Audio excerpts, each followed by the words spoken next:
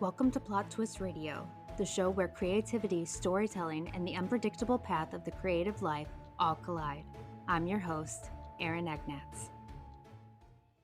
Every story has a breaking point, the moment where everything shifts, everything unravels, and you're left questioning what's real, who to trust, and what comes next. Today's guest knows exactly how to build that kind of tension. I'm joined by author Gemma Denham, whose debut novel, The Storm, pulls readers into an isolated retreat in England's Lake District, where a peaceful escape quickly turns into something far more sinister. Cut off from the outside world, secrets begin to surface, and not everyone makes it out alive.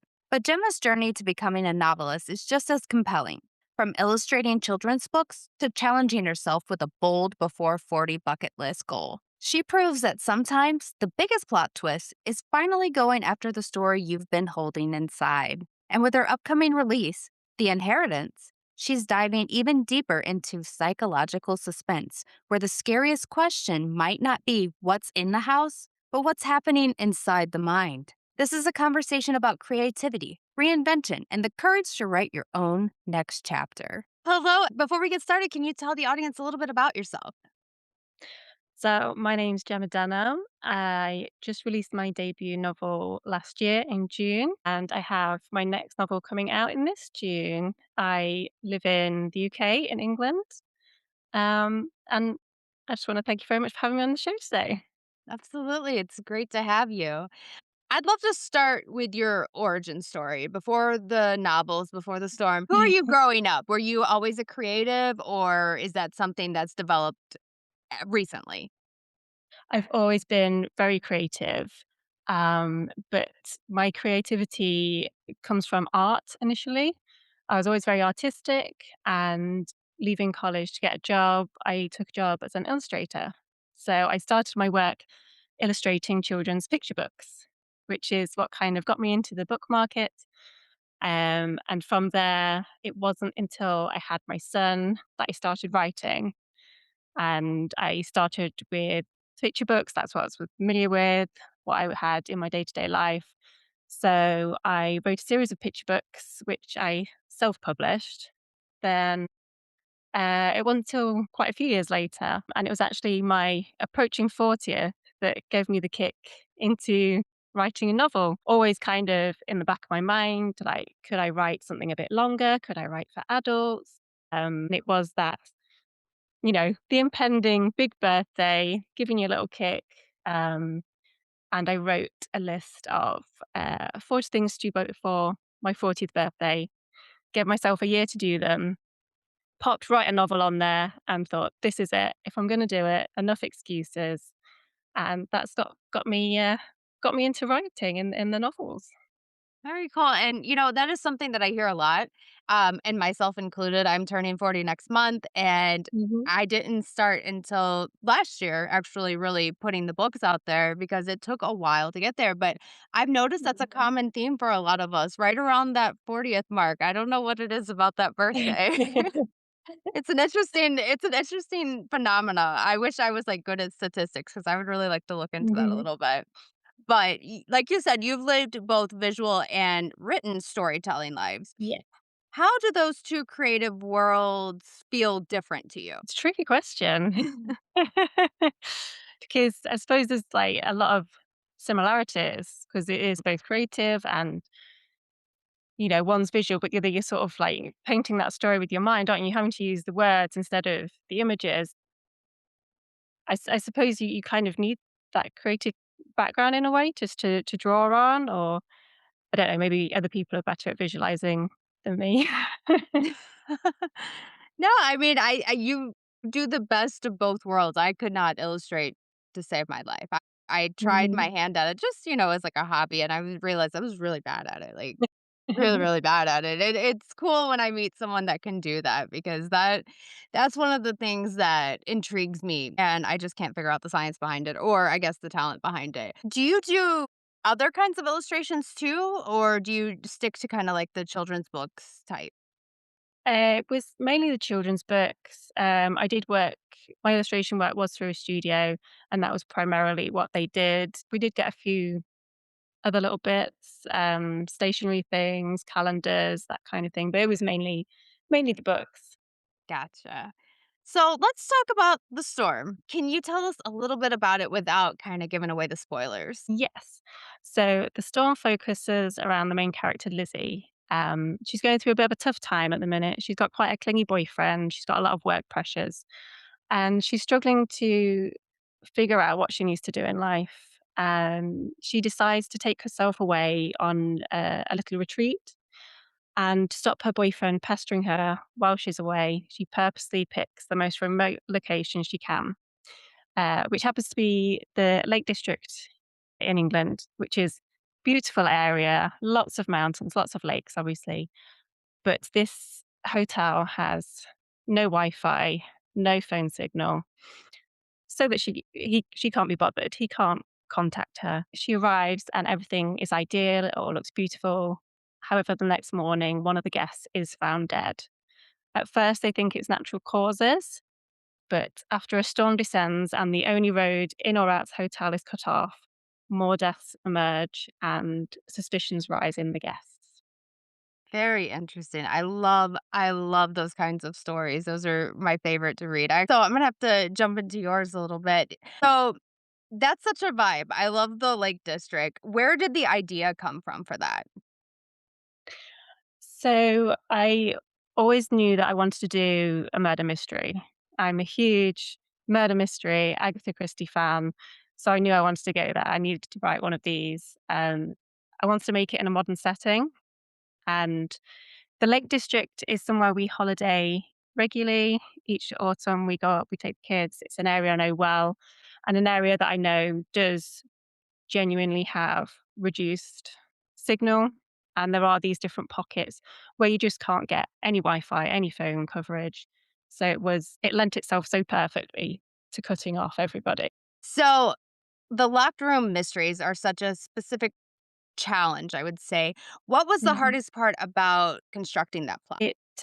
I am a plotter. I do like to plot it all out. So it was, I suppose, trying to get enough backstories into everyone to throw suspicion. You have to suspect all the guests. And I found in order to do it convincingly, I didn't know the murderer until I wrote it. So up until the end, even for me writing it, it could have been any one of the guests. I knew what twist I was going to put in, but I didn't know who the actual murderer was. Um, and I think that helped because I thought, well, if I don't know, how can the reader know? Yes. That's a brilliant way of doing it too, because I that was my next question. Did you know ahead Mhm. of time? Because I wonder how people keep the secret throughout, and that makes sense, make Mhm. make the killer at the end. As you said, you're a plotter. I'm a pantser. I need to be a plotter, but I'm a pantser. It's horrible. Did you feel like some of the stuff that you had plotted out changed as you went along with the writing? Absolutely. Yes. Um, so I do plot, but I don't plot forensically so I don't break it down per chapter. I'll know my ending, I know where I start, and I know certain plot points I want to hit, but then I kind of let the characters lead in between there. One thing I did change, initially, it was just gonna be told from Lizzie's point of view, but I quickly realized the reader needed more information that I could give through Lizzie's eyes. So I brought in Ellie, one of the guests. She is a teenage guest of a couple that are staying there. And when I started writing her, I started her as diary entries, but quickly found that didn't work. So I had to rewrite as as normal text. Yeah, gotcha. So, your book sounds incredibly atmospheric. That's another word that's easy for me to say this morning. How do you build tension in a setting like that? Slowly, just let it creep in, let the reader fill gaps. I didn't want to put too much visual in there. I wanted the with the reader filling the gaps, it almost becomes a little bit eerier and the tension builds because often what people can imagine and what they build up inside is worth more suspenseful than what you can put on the page. If you write it down in black and white, it's too bold. It's almost like the little hidden bits that that are actually more effective. Makes sense. So I had a conversation recently with a suspense writer, and they were talking about how, a lot of times they would go late into the night and they would end up kind of scaring yourselves. Have you ever done that? No, I'm not scared myself, but I also don't write at night. Yeah. That's probably good. I was intrigued by that because, as authors, a lot of times we get into the character, into the world, we kind of get sucked into it. So I was intrigued. Mhm, I've never actually scared myself of what I was writing, which I guess is a good thing. But I was mhm. curious about that. No, I think maybe, yeah, if you're kinda locked away in a room by yourself and it's dark and it's late at night, I'm no good writing at night. I get too tired. I just wanna go to bed. I'm more of an afternoon writer. So hopefully the sun is shining and it's all fine and cheery.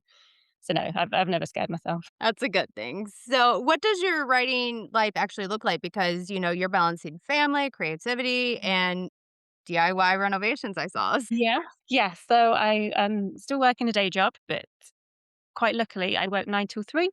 So I have my afternoons completely free to write, and I also have Fridays as day off. So Friday is my full writing day. I can really get into it.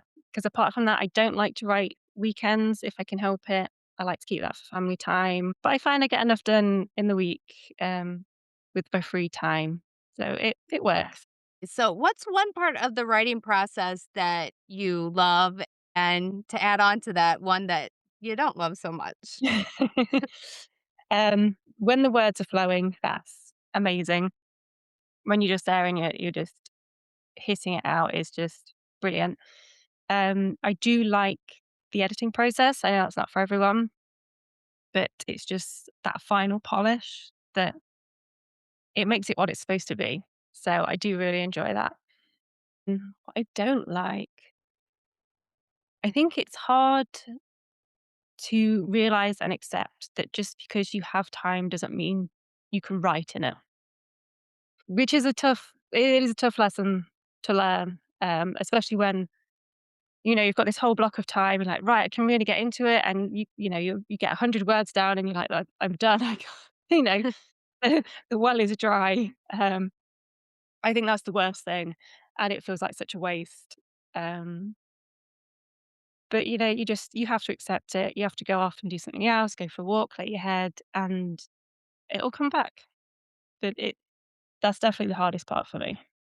Yes, and that is a good piece of advice to just, walk away, kind of refresh yourself because writer's block is real and it Yeah. is frustrating, but it always comes back. It does, and sometimes you just have to draw that line and say, "Right, go and do the break." And actually, a walk or a really mundane task does help because you're doing something and keeping busy, but it's enough that your mind's still free to think, and it will pop back in there out of nowhere.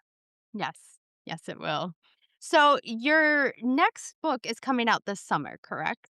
Yes, Can you tell us a little bit about that one? I can. Yes, it's called The Inheritance. It's a psychological suspense, and this one follows a young family, Kate and Patrick, and their 4-year-old son Riley. So they are going through a financial crisis.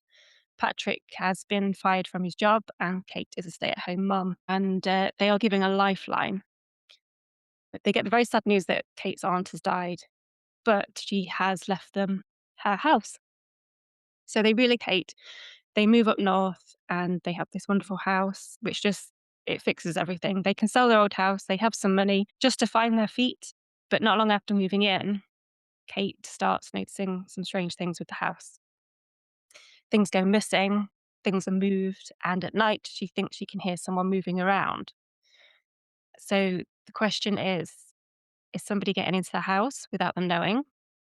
Do they have a spirit present? Or, as Kate is the only one experiencing this, is she losing her mind? Love that. That sounds really good. That's right up my alley. I write fantasy, but I love to read suspense. Those are my favorite to Mhm. read. So that I'm ready for that. That comes out this summer, you said? This summer, yes, it's out on the 12th of June, I believe. And yeah, it's quite a creepy, quite a psychological. Yeah, it was a fun one, very fun one. Very exciting. Do you feel like your writing style evolved from your first book to your second at all? I think maybe a little bit. And hearing comments from my beta readers, they've I think all of them said reading The Inheritance. Wow, you've stepped this up. The suspense is, yeah, you've stepped this up. Yeah, that's awesome. I'm looking forward to it.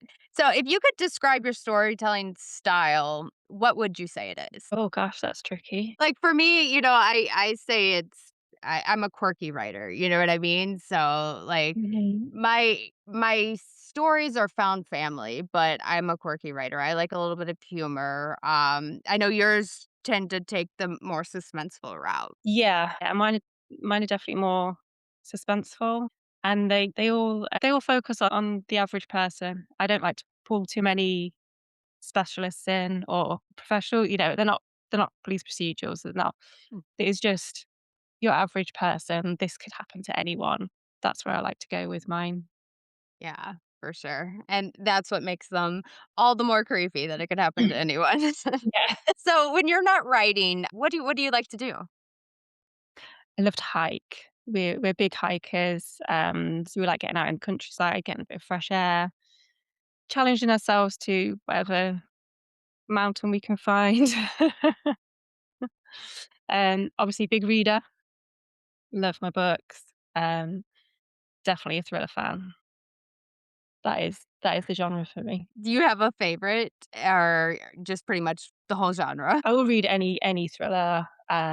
Big fan of Claire Douglas and Lisa Jewell. I would definitely go out and buy any of their books. Absolutely, they are good ones. So if Mhm. someone picks up The Storm or The Inheritance, what do you hope they feel when they turn to the final page? I hope um I hope it's a good surprise, hope it's a good twist. I'm kind of hoping that I've caught them out. If I've not, there should be enough breadcrumbs that it is a realistic conclusion. But I hope they're satisfied with with how it ends. And I bet they will be. So, what advice would you give to someone sitting on their own bucket list dream like you once Mhm. were? Do it. 100% do it. Um, so I gave myself a year to complete my list. It was honestly the most fun, the best year I've ever had. Just pushing myself slightly out my comfort zone and ticking off those things that I've always wanted to do, that have always been one day, but I've not got time. Make time because it is so much fun. It's so rewarding, and I would recommend it for anyone. Great advice. So, where can the listeners find you? I have a website, gemmadenham.com. I'm also active on X and Instagram, a little bit on Facebook, but not so much. So, yeah, definitely X and Instagram if you want the most up to date. Perfect. I will make sure that's in the show notes for everyone. And thank you so much for joining me. I've enjoyed talking to you. Thank you for having me on.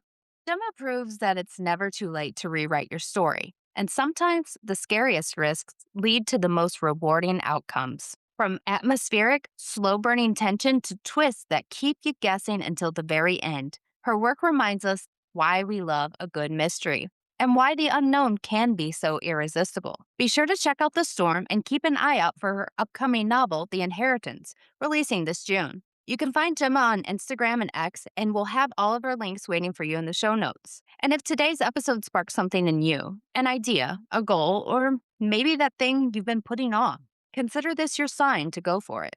Because sometimes the biggest plot twist is the one you chose to create.